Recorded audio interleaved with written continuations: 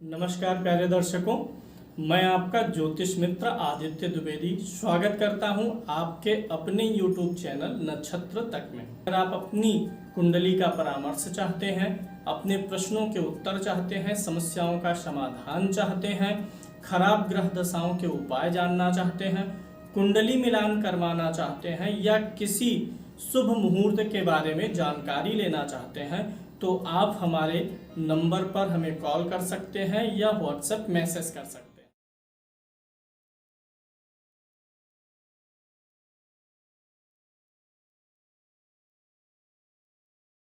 हम बात करेंगे रहस्यमयी ग्रह के बारे में। रहस्यमयी राहु का सभी भावों में फल और उपाय भी जानेंगे। राहु जो है ये एक छाया है, जैसे हमारी परछाई होती है, हम खड़े होते हैं तो परछाई बनती है, ऐसे पृथ्वी, सूर्य और चंद्र जो 9 ग्रह हैं उनके द्वारा निकली हुई रश्मियों की छाया मानेंगे राहु को। राहु और केतु छाया ग्रह हैं, कोई इनका भौतिक स्वरूप नहीं है। ये एक तरीके से उत्प्रेरक का काम करते हैं, अभिक्रिया को बढ़ाने या घटाने का काम करते हैं। तो राहु अगर किसी व्यक्ति का खराब है, ज़्यादा खराब है, तो सामान्य लक्षण उसमें ऐसे व्यक्ति को कुत्ता काट सकता है, ऐसे व्यक्ति के ऊपर कुत्ते ज़्यादा भौंकते हैं, ऐसे व्यक्ति को सर्प दंश हो सकता है, बिच्छू का दंश हो सकता है, काली चीज़ों से भय रहता है, मतलब काले जानवरों से भी भय रहता है, सपने में सर्प दिखते हैं अगर राहु ज़्यादा अरिष्ट है। तो अगर ये लक्षण हैं तो आपको राहु का उपाय करना चाहिए। क्या उपाय करना चाहिए अभी आपको अंत में बताएंगे। पहले ले लेते हैं राहु के सभी घरों में फल को। यहाँ पर हम शुरू करेंगे राहु का लगन में फल।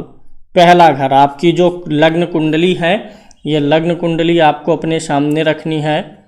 लग्न कुंडली में ये सामान्य फलादेश है। राहु अकेला है तो क्या फल देगा, बिना राशि के विचार किए जो सामान्य रूप से फल मिलता है उसका विचार होता है। तो लग्न कुंडली में जो पहला चतुर्भुज ऊपर का होता है ये पहला घर होता है, और इसी के बाद ये पहला घर होगा, ये दूसरा घर, ये तीसरा, चौथा घर, 5वां, 6वां, 7वां, 9वां, 10वां, 11 और 12, ये 12 घर होते हैं। बारी बारी से सभी घरों में राहु का क्या प्रभाव होता है मैं आपको समझाऊंगा। पहले बात कर लेते हैं राहु अगर पहले घर में है तो क्या सामान्यतः लक्षण देता है। ऐसा व्यक्ति बहुत चतुर होता है। पहले घर में राहु के होने पर स्वभाव में चतुराई आ जाती है और स्वार्थपन आ जाता है। स्वार्थ भरी चतुराई देता है। व्यक्ति अपने स्वार्थ के प्रति बड़ा चतुर होता है। और अगर ऐसा राहु पाप ग्रह के साथ में हो, मंगल हो, सूर्य हो, इसी के साथ में नीच का कोई ग्रह हो, तो ऐसा जातक रोगी हो जाता है। एक चीज़ और है, लगन में राहु होने से व्यक्ति जो है सच्चा मित्र कभी नहीं होता है। राहु जो अगर लगन में है तो ऐसे व्यक्ति के स्वभाव को पढ़ पाना बड़ा मुश्किल है। अगर राहु यहाँ पर है तो व्यक्ति जो है वो दिखेगा नहीं और जो दिखेगा वो है नहीं। यहाँ का राहु डबल चरित्र वाला, दो मुहा व्यक्तित्व दे सकता है। ऐसे व्यक्ति को जो अगर आपको दिखेगा कि परम सभ्य है, परम नेक है, तो अंदर से भी ऐसा हो, ऐसा जरूरी नहीं है। राहु जहाँ बैठता है वहाँ भ्रम देता है, डबल माइंडनेस देता है, डबल फेस करता है, धुंधलापन है राहु। इसलिए अगर यहाँ पर राहु बैठा है तो ऐसे व्यक्ति को अक्सर विचारों में ऊहापोह होता है, निर्णय ले पाने में असक्षमता पैदा करता है। तो राहु यहाँ पर हो तो कभी कभी सिर में वेदना भी देता है। अगर राहु यहाँ पर पहले घर में 1 नंबर की गिनती पर हो, 2 नंबर की गिनती पर हो, पहले घर में 1 नंबर पर हो, 2 नंबर पर हो, 3 नंबर, 4 नंबर पर हो, 5 नंबर पर हो, 6 नंबर पर हो अथवा 10 नंबर की गिनती पर लिखा हो, तो ऐसा व्यक्ति जो है नौकरी से रुपया कमाने वाला होता है। नौकरी से बहुत विख्यात सफलता मिलती है, भोग विलास मिलता है, सहानुभूतिपूर्ण ऐसा व्यक्ति होता है अगर इन राशियों में राहु लगन में बैठा हुआ है। अगर राहु जो है यहाँ पर लगन में बैठा हो और उसको कोई शुभ ग्रह देख रहा हो, बृहस्पति देख रहे हो, शुक्र देख रहे हो, तो ऐसे व्यक्ति के मुख पर कुछ न कुछ चिन्ह जरूर रहता है, कुछ निशान जरूर बना रहता है। और लगन में राहु होने से 5वें वर्ष में शारीरिक कष्ट का योग बनता है। दूसरे भाव में राहु महाराज होंगे तो क्या रिजल्ट देंगे? दूसरे भाव में राहु होने से जातक जो है निंदित वचन बोलने वाला हो जाता है। क्रोध आने पर जो है ज़्यादा निकृष्ट वचन बोल सकता है, क्योंकि दूसरा घर वाणी का है, मुख का है, तो वचन गड़बड़ हो जाता है। भ्रमण बहुत कराता है, यात्राएं करवाता है। और ऐसा व्यक्ति अगर यहाँ नीच का ग्रह है, राहु अकेला है, अशुभ फल देने वाला है, तो ऐसा व्यक्ति नशीले पदार्थ, मांस, मछली या नशीले पदार्थ या कोई भी ऐसा चीज़, गुटखा या तंबाकू आदि का सेवन करने वाला बना सकता है। और यहाँ पर होने से चर्म रोग भी प्रदान करता है, स्किन में रैशेज देता है समय समय पर, शरीर में ऐसे जैसे थोड़ा थोड़ा मतलब हमेशा चुनचुनाहट सी होती रहेगी, कुछ चर्म से संबंधित परेशानी द्वितीय भाव में देता है। अगर यहाँ पर राहु है तो ओंठ के आसपास में निशान देता है, और अगर पापी ग्रह के साथ में है राहु यहाँ पर तो ओठ के निचले हिस्से में कोई ना कोई चिन्ह रहता है। द्वितीय भाव में राहु हो तो 12 से 24 वर्ष की उम्र में धन नाश जरूर करवाता है, कुछ ना कुछ किसी प्रकार से धन का अपव्यय करवाता है, खासकर पिता के धन का अपव्यय ऐसा बालक कर देता है। तो तीसरे भाव में राहु का फलादेश ले लेंगे, मतलब दूसरे भाव में राहु अच्छा नहीं है, लगन में अच्छा है, बुरा है, दोनों मिश्र फल है, लेकिन अच्छा मानेंगे। दूसरे में ज़्यादा अच्छा फल नहीं है, दूसरे का राहु अच्छा रिजल्ट नहीं दे पाएगा। केतु दूसरे में अच्छा रिजल्ट दे सकता है, केतु की बारी आएगी तब बात करेंगे। तीसरे भाव में अगर राहु हो, तीसरे भाव में राहु जो है बहुत अच्छा रिजल्ट देता है। तीसरे में, 6वें में और 11वें में, इनमें राहु अगर है इन घरों में तो ऐसा व्यक्ति बड़ा भाग्यशाली माना जाएगा। इन घरों में राहु अगर उनके होता है जो लोग भाग्यशाली हों, तो तीसरे में राहु होने से यशस्वी बनाएगा, पराक्रमी बनाएगा आपको, आप अब शत्रुओं को जीतने वाले होंगे, भोग विलास सुख साधन आपको सब कुछ मिलेगा। लेकिन थोड़ा बहुत कान से संबंधित, कहाँ से?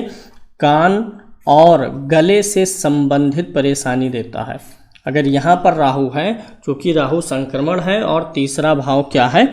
श्वास नली है, तो श्वास सीने में, गले में, नाक में, कान में कुछ ना कुछ संक्रमण जीवन में 1-2 बार अवश्य देता है, सांस आदि की बीमारी अवश्य देगा अगर राहु तीसरे भाव में है। लेकिन धन, यश, प्रसिद्धि, वैभव आदि के लिए यहाँ का राहु बहुत अच्छा है। अगर यहाँ पर राहु बैठा हुआ है तो जातक के भाई एवं पशुओं को खतरा रहता है। जातक के जो भाई हैं और पशु हैं उनको जो है खतरा देता है, जान भाई और पशुओं के लिए यहाँ का राहु अच्छा नहीं है। अगर यहाँ पर राहु है तो ऐसे व्यक्ति को जो है अगर शुभ ग्रह के साथ में है, जैसे गुरु हो, शुभ ग्रह की दृष्टि हो, तो तीसरा भाव कंठ का हुआ, को कंठ पे, गले पर कोई निशान देता है। राहु जहाँ बैठेगा वहाँ पर कुछ ना कुछ निशान देता है, तो गले पर निशान देगा अगर शुभ ग्रह के साथ में यहाँ पर बैठा हुआ है, यानी यहाँ पर राहु अच्छा है। चतुर्थ भाव के राहु का विचार करेंगे। चौथे घर में राहु होने से व्यक्ति भ्रमणशील होता है, बहुत ही यात्रा करता है, यात्राएं करना उसे अच्छा भी लगता है। मित्र, पुत्र और जो अपने जन होते हैं उनसे प्रेम का अभाव होता है, मतलब परिवार में प्रेम का अभाव बनाता है राहु यहाँ पर। और परिवार के लोग एक दूसरे से लगभग कन्फ्यूज रहते हैं, कन्फ्यूजन पैदा करता है परिवार में। ये हर कोई एक दूसरे का मुंह देखता है कि काम ये कर दें, कोई स्वयं काम करना नहीं चाहता, एक दूसरे का मुंह देखने का काम करते हैं कि ये व्यक्ति कर दे तो बड़ा अच्छा है, मुझे राहत मिल जाए। तो चौथे का राहु बहुत अच्छा नहीं है। चौथे का राहु होने से माता को भी चर्म रोग दे सकता है। चौथे का राहु अगर यहाँ पर शुभ ग्रह की दृष्टि में हो या शुभ ग्रह के साथ हो तो ज़्यादा अशुभ फल नहीं देगा, तो परिवार में प्रेम आदि की जो कमी है वह राहु कर नहीं पाएगा। यदि राहु के साथ यहाँ पर पाप ग्रह हो, मंगल हो, सूर्य हो, शनि हो, पापी ग्रह अगर राहु के साथ चतुर्थ में हो गए तो जन्म के समय माता को अवश्य ही कष्ट मिला होता है। ऐसा जातक ऑपरेशन आदि से पैदा होता है। अगर यहाँ पर राहु है तो 8वें वर्ष में जातक के भाई को खतरा देता है। यहाँ का राहु 8वें वर्ष में भाई को खतरा दे सकता है। पंचम भाव में राहु का परिणाम ज्ञात करेंगे। 5वें भाव में होने से मार्ग अक्सर ऐसा व्यक्ति भटक जाता है। 5वें में राहु होगा तो व्यक्ति अवश्य ही जीवन में एक बार कुसंगति में जरूर पड़ेगा। कुसंगति, खराब लोगों का साथ एक बार मिलेगा, हालांकि बाद में भले ही वह साथ छूट जाए, लेकिन एक बार कुसंग का ज्वर ऐसे व्यक्ति को छूता जरूर है। यहाँ पर राहु जो होता है कुटिल बुद्धि बनाता है। ऐसा व्यक्ति भ्रमित मस्तिष्क वाला होता है, भ्रम में रहता है, डिसीजन पावर थोड़ी सी वीक होती है, निर्णय नहीं ले पाता है जल्दी, और गैस की बीमारी और पेट की बीमारी भी यहाँ पर देता है। तथा ऐसे व्यक्ति को सरकारी अधिकारियों से उलझना नहीं चाहिए। अगर राहु यहाँ पर हो तो ऐसा व्यक्ति जो है सरकार, सरकारी अधिकारी, नेताओं से पंगा नहीं लेना चाहिए, अन्यथा अशुभ कर देगा। यहाँ पर अगर राहु है तो ऐसे व्यक्ति को भगवान शिव की उपासना और खासकर जो नाग देवता हैं उनकी उपासना करनी चाहिए, तब संतान के लिए अच्छा होता है। अगर यहाँ पर राहु है और संतान में बाधा विलंब दे रहा है तो नाग देव की पूजन अवश्य कर लेनी चाहिए। अगर यहाँ पर राहु है तो 5वें वर्ष में भाई या बंधु को, भाई बंधुओं को जो है, आपके भाई बंधु जो हैं उनके सुख में कमी कराता है। 6वें भाव के राहु का फल देखेंगे। 6वें भाव में अगर राहु महाराज हैं तो अच्छा फल होगा। 3रे में अच्छा देंगे, 6वें में अच्छा देंगे। 6वें में है तो ऐसा व्यक्ति ऐश्वर्यवान होगा, सुखी होगा, गंभीर जीवन, विद्वान होगा, बली होगा। और कभी कभी होता है यहाँ पे राहु होने से किसी नीच व्यक्ति से, मलेच्छ से जो है, ऐसे व्यक्ति की मित्रता हो सकती है, लेकिन राजा के समान प्रतिष्ठित शत्रुओं पर अनायास ही विजय पा लेता है अगर राहु यहाँ हो। 6वें भाव का राहु रास्ता साफ करता है। अगर आप कोई भी काम कर रहे हैं तो उसमें जो रुकावटें आएंगी, बाधाएं आएंगी, शत्रु आएंगे, वो सारे रास्ते साफ करता है। 6वें का राहु आपके लिए झाड़ू लेकर के रास्ता आपका बिल्कुल प्लेन रखता है। 6वें का राहु है तो आप राहु के मामले से भाग्यशाली हैं। यहाँ का राहु बहुत अच्छा होता है। लेकिन कभी कभी क्या होता है, ऐसे व्यक्ति को पशुओं से भय होता है और कमर में पीड़ा देता है, और उसके चचेरे अथवा फुफेरे भाई थोड़ा ज़्यादा होते हैं। चचेरे फुफेरे मतलब कजिन्स ज़्यादा होते हैं। राहु के साथ अगर यहाँ चंद्रमा बैठ गया हो तो ऐसा व्यक्ति जो है अपने से बड़ी उम्र में या किसी बड़े पद पर आसीन स्त्री के साथ प्रेम प्रसंग में आ सकता है। और तब राहु के साथ अगर यहाँ चंद्रमा है तब थोड़ा सा सतर्क होना है, क्योंकि चरित्र के कारण दंड भोगना पड़ सकता है, चरित्र गड़बड़ हो सकता है और तब दंड मिल सकता है। इसलिए यहाँ राहु के साथ चंद्रमा है तो थोड़ा सतर्क रहना चाहिए। अगर राहु 6वें भाव में है तो 21वें वर्ष में, किस वर्ष में, 21वें वर्ष में अथवा 37वें वर्ष में जो है कलह और शत्रु का भय होता है। ऐसे व्यक्ति के जीवन में कलह हो सकती है 21 वर्ष में या 37 वर्ष में, या ऐसे व्यक्ति को शत्रु का भय हो सकता है जब राहु 6वें भाव में है तब। अगर राहु महाराज 7वें भाव में है तो क्या रिजल्ट देंगे। 7वें घर में अगर आपके राहु, सबका 7वां घर यही होगा, गिनतियों से कोई मतलब नहीं है, पहला घर हमेशा यही होगा सबकी कुंडली में, 1 2 3 4 5 6 7, 7वां घर हमेशा यही होगा। अगर 7वें घर में राहु है तो जनेंद्रिय जो होता है, गुप्तांग जो होता है, वहाँ से संबंधित कुछ ना कुछ बीमारी अवश्य देगा। कम उम्र में, अधिक उम्र में जनेंद्रिय रोग यहाँ पर राहु अवश्य देता है। और जो गुप्तांग होते हैं वहाँ पर छाइयाँ होती हैं, मतलब वहाँ पर कुछ ना कुछ निशान भी देता है। और ऐसा व्यक्ति जो है, अगर राहु यहाँ पर है तो ऐसे व्यक्ति को विधवा स्त्रियों से सतर्क रहना चाहिए। विधवा स्त्रियों से उसे हानि का योग या विधवा स्त्रियों से उसका संबंध भी बन सकता है। तो राहु यहाँ होने से थोड़ा सतर्क होना चाहिए, राहु का उपाय करना चाहिए। क्या उपाय आगे हम लोग जानेंगे। तो राहु चूँकि विधवा स्त्री का कारक ग्रह है, तो ऐसे व्यक्ति को सतर्क रहना है। और क्या है, यहाँ पर अगर राहु है तो ऐसे व्यक्ति की स्त्री को थोड़ा लीवर का रोग होने की संभावना होती है, पीलिया, जॉइंटिस, फैटी लीवर। साथ में राहु होने से ऐसे व्यक्ति की पत्नी को, या स्त्री है तो उसके पति को लीवर रोग दे सकता है। और स्वभाव में कुछ रोगणता आ जाती है, रोगण स्वभाव देता है। रोगण मतलब उखड़ा उखड़ा सा स्वभाव होता है, स्वभाव बहुत अच्छा नहीं होता है। ऐसे जातक की स्त्री जो है या पति जो है समय समय पर क्रोध करने वाला होता है और खर्चीले स्वभाव का होता है, और पति पत्नी में मतभेद भी कभी कभी करा देता है। मिसअंडरस्टैंडिंग खूब होती है, राहु मिसअंडरस्टैंडिंग है और यहाँ बैठ के लगन को देखता है, तो पति पत्नी में जो है मिसअंडरस्टैंडिंग खूब कराता है। और ऐसे व्यक्ति के जिसके यहाँ 7वें घर में राहु है, उसके 37वें वर्ष में स्त्री को कष्ट होता है। 37 की एज में अगर स्त्री है तो पति को, और अगर पुरुष है तो उसकी पत्नी को 37वें वर्ष में कष्ट का योग बनता है। अष्टम भाव में राहु हो तो विचार कर लेते हैं।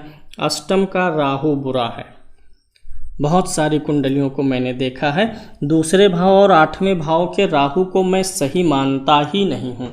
हालांकि अगर दूसरे या 8वें में, एक में राहु होगा, दूसरे में केतु होगा, दूसरे भाव का केतु अच्छा रिजल्ट दे देता है, क्योंकि अचानक धन प्राप्ति का योग बनाता है। लेकिन राहु अष्टम भाव में हो, हर काम में रुकावट देता है, तकलीफ देगा, परेशानी देगा, झूठे आरोप भी लगवा देगा, धन हानि कराएगा, बड़ी झिकझिकबाजी यहाँ देता है। गुप्त रोगी बनाएगा, चर्म रोगी बनाएगा, अंड वृद्धि, हाइड्रोसिल जिसको बोलते हैं, बवासीर, प्रमेह, गुदा, या समय के से पूर्व ही ऐसे व्यक्ति की सेक्स की जो पावर होती है कमज़ोर होती चली जाती है। 8वें में अगर राहु हो तो बहुत अच्छा नहीं होता है। अगर 8वें में राहु है तो ऐसे व्यक्ति को जो है 32वें वर्ष में खतरा देता है। यहाँ पर अगर राहु है तो 32वें वर्ष में कोई रोग दे सकता है या कोई बीमारी दे सकता है, यानी 32वां वर्ष अच्छा नहीं होता है, पीड़ा रहेगी शरीर में 32वें वर्ष में अगर राहु यहाँ पर है।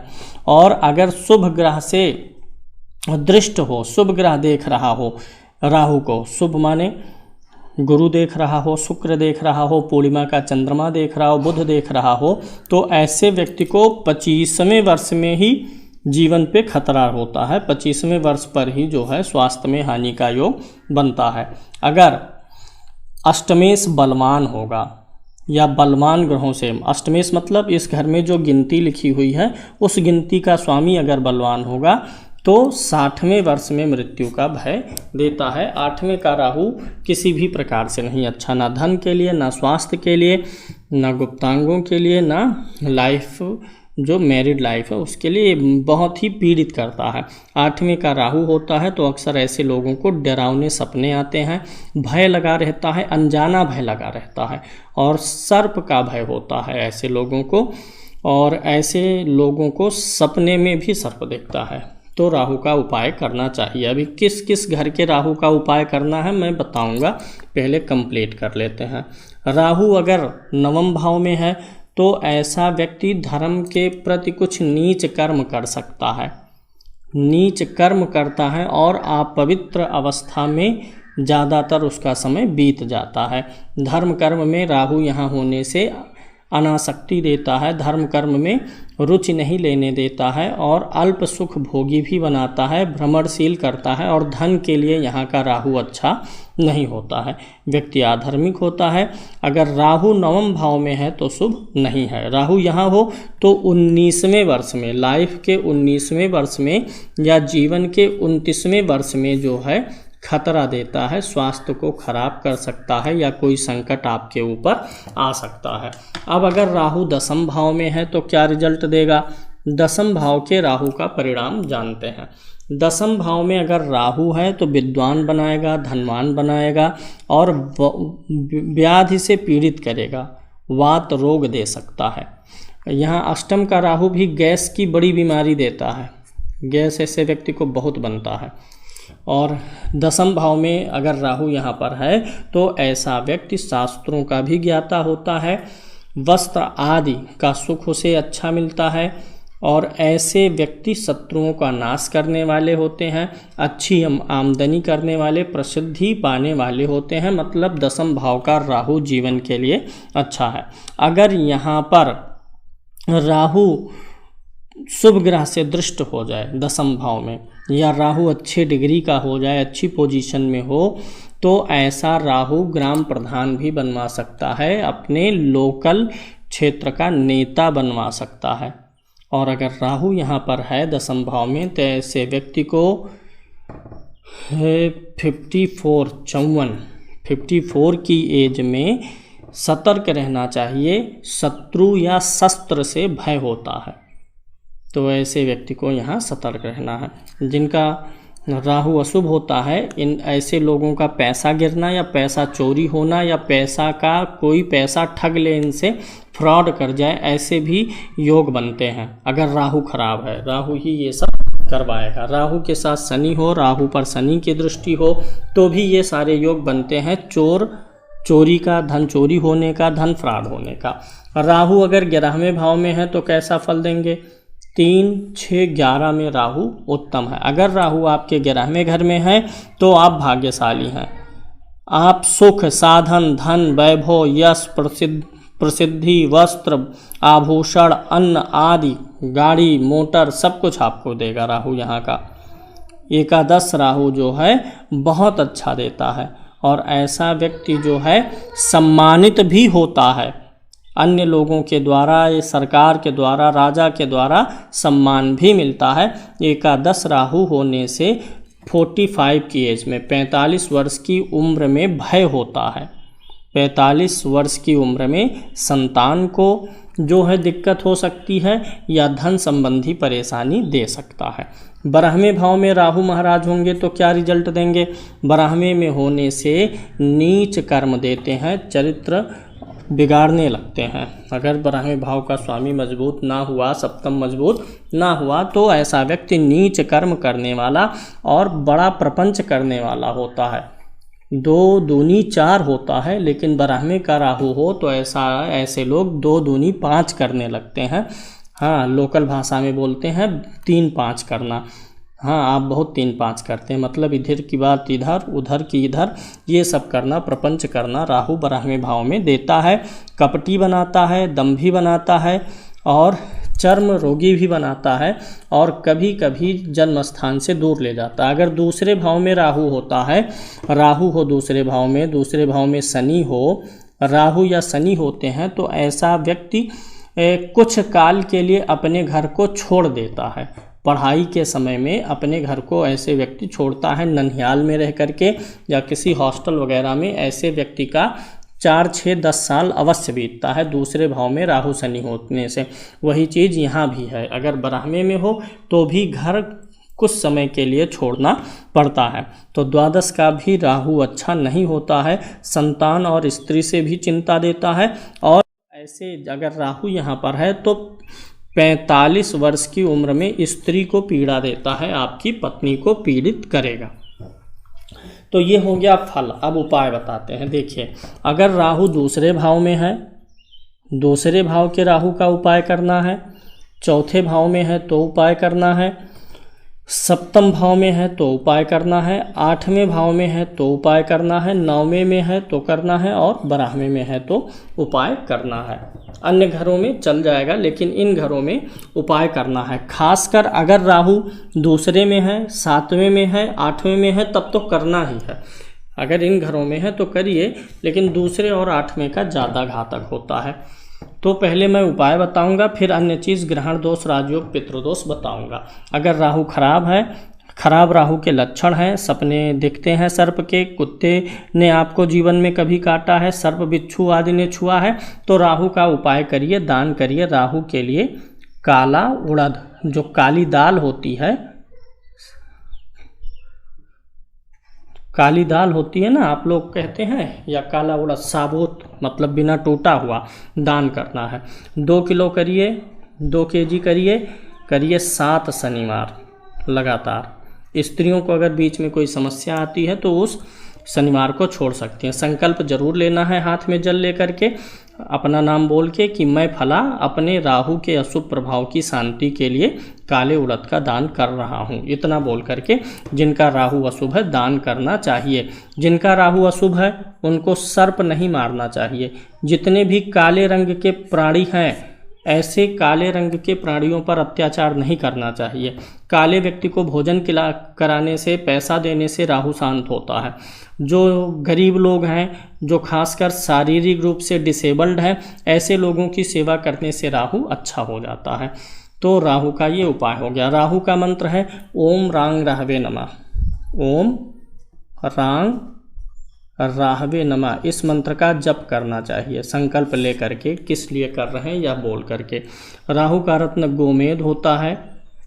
राहु का रत्न गोमेद, अगर राहु तीसरे घर में है, 6वें में है, 11वें में है, तो गोमेद आपको अवश्य पहनना चाहिए। तीसरे में, 6वें में, 11वें में राहु है तो गोमेद पहनिए। अब चलिए ग्रहण दोष बात कर लेते हैं। अगर राहु के साथ सूर्य है और चंद्र है तो ग्रहण दोष भी है, पितृ दोष भी है। कभी कभी क्या होता है, सूर्य चंद्र दोनों एक साथ होते हैं कुंडली में। सूर्य, मान लीजिए सूर्य इसी घर में है, चंद्र भी इसी घर में है, और तब राहु या केतु में से कोई है, तो बड़ा भयानक पितृ दोष लगता है, क्योंकि तब सूर्य चंद्रमा दोनों हो गए। मान लीजिए सूर्य है लेकिन चंद्र यहाँ हो गए और यहीं पर सूर्य राहु है, तब तो चंद्रमा मुक्त हो गया, तब सिर्फ सूर्य से बना। अन्यथा सूर्य चंद्रमा दोनों हो गए तब भयानक योग बनता है। तो इसी को ग्रहण दोष या पितृ दोष बोलते हैं, जब सूर्य और चंद्र के साथ राहु केतु हो जाए। राजयोग कब होता है, अलग से मैंने वीडियो बनाया हुआ है राजयोग पर। राहु का जो पहले घर का स्वामी है, पहला, चौथा, 7वां, 10वां, केंद्र के स्वामी के साथ राहु त्रिकोण में हो तो राजयोग होगा। या त्रिकोण का जो स्वामी है, त्रिकोण यानी पंचम और नवम भाव के स्वामी के साथ केंद्र में हो तो राजयोग होता है। श्रापित दोष कब होता है, अष्टम का राहु, द्वितीय का राहु श्रापित दोष बनाता है। राहु के साथ शनि बैठा हो तो श्रापित दोष होता है। राहु पर शनि की दृष्टि हो तो श्रापित दोष होता है। अगर आपकी कुंडली में राहु और शनि एक साथ हैं और डिग्रियों में काफ़ी करीब हैं, मान लीजिए राहु आपका इसी अष्टम भाव में है और शनि भी यहीं आ गया। राहु मान लीजिए 10 अंश का है, शनि 15 अंश का है। राहु 10 अंश, शनि 15 अंश। राहु शनि जब भी एक साथ होते हैं तो गंभीर बीमारी का खतरा दे देते हैं, कैंसर आदि का। डिग्रियों में अंतर हो तब तो चांस है कि नहीं होगा या ट्रीटमेंट हो जाएगा, लेकिन अगर ये बहुत समीप है राहु और शनि कुंडली में एक साथ बैठ के, तो ऐसे व्यक्ति को जीवन भर महीने में एक बार शनिवार को काला उड़द संकल्प करके दान करते रहना चाहिए। राहु शनि का एक साथ होना गंभीर बीमारी का संकेत देता है।